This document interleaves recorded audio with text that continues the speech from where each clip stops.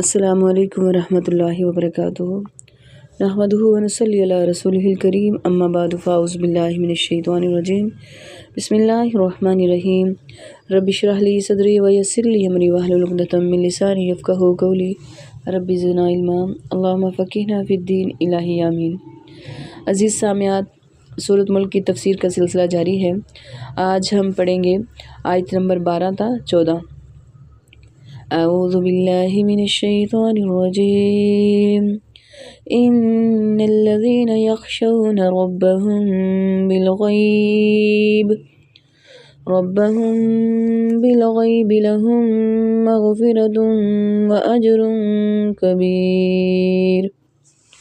ان الذین یخشون ربهم، بے شک جو لوگ بغیر دیکھے، یخشون ڈرتے ہیں، ربهم اپنے رب سے، بالغیب لهم غیب سے یعنی بغیر دیکھے، لہم مغفرۃ اجر کبیر ان کے لیے بخشش اور بہت بڑا ثواب ہے۔ اب یہاں غیب کے دو معنی بیان کیے ہیں۔ نمبر 1، اپنے رب سے بغیر دیکھے ڈرتے ہیں، یعنی انہوں نے اللہ کو نہیں دیکھا اور نہ فرشتوں کو اور جنت جہنم کو بھی دیکھا ہے نہیں ہے، پھر بھی اللہ تعالیٰ سے ڈرتے ہیں اور رسولوں کی تعلیمات کو مان کر بن دیکھے اللہ پر ایمان لاتے ہیں۔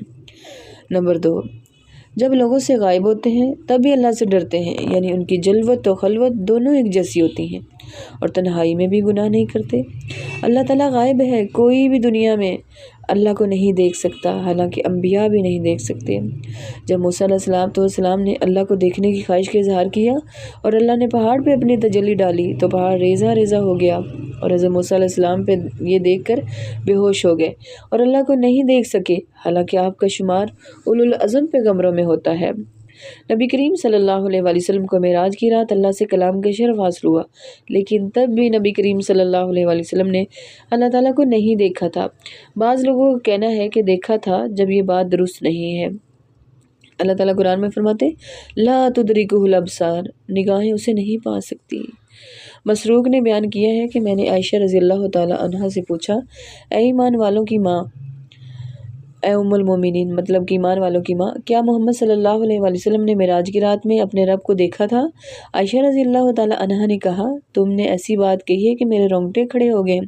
کیا تم ان 3 باتوں سے بھی نا واقف ہو؟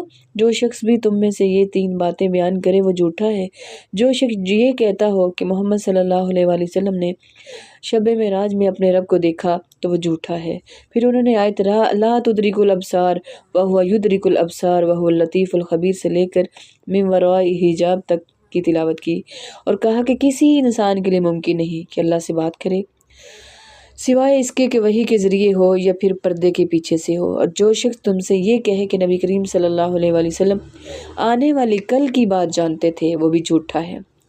اس کے لیے انہوں نے آیت وما تدری نفس ماذا تکسب غدا، یعنی اور کوئی شخص نہیں جانتا کہ کل کیا کرے گا کی تلاوت فرمائی۔ مطلب کہ جو شخص تم میں سے یہ کہے کہ نبی صلی اللہ علیہ وسلم نے تبلیغ دین میں کوئی بات چھپائی تھی، وہ بھی جھوٹا ہے، یعنی یہ 3 باتیں ہو گئی۔ پھر انہوں نے یہ آیت تلاوت کی کہ یا ایھا الرسول بلغ ما انزل الیک من ربک، یعنی اے رسول صلی اللہ علیہ وسلم پہنچا دیجئے وہ سب کچھ جو آپ کے رب کی طرف سے آپ پر اتارا گیا۔ ہاں، نبی کریم صلی اللہ علیہ وسلم نے جبریل علیہ السلام کو ان کی اصل صورت میں 2 مرتبہ دیکھا تھا۔ صحیح البخاری کی 4855 حدیث ہے۔ دنیاوی زندگی میں کوئی اللہ کا دیدار نہیں کر سکتا، لیکن جنت میں جانے کے بعد تمام جنتی اللہ کا دیدار کریں گے۔ اللہ تعالیٰ ہم سب کو اپنا دیدار نصیب فرمائے۔ اللہ کے دیدار کے حوالے سے مختلف گروہوں یعنی 3 غلط آراء پائی جاتی ہیں۔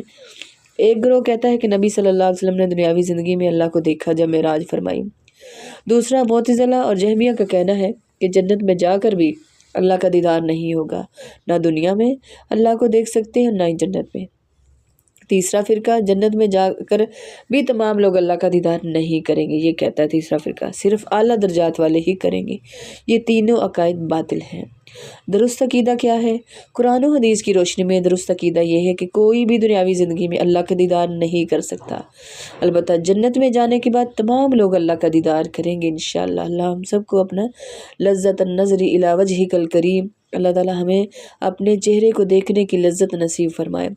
رسول اللہ صلی اللہ علیہ وآلہ وسلم نے فرمایا، جب جنت والے جنت میں داخل ہو جائیں گے اس وقت اللہ تبارک و تعالیٰ فرمائے گا تمہیں کوئی چیز چاہیے تو تمہیں جو مزید عطا کروں تمہیں، یعنی تمہیں کچھ اور چاہیے مزید جو تمہیں عطا کروں؟ وہ جواب دیں گے کیا تو نے ہمارے چہرے روشن نہیں کیے؟ کیا تو نے ہمیں جنت میں داخل نہیں کیا اور دوزخ سے نجات نہیں دی؟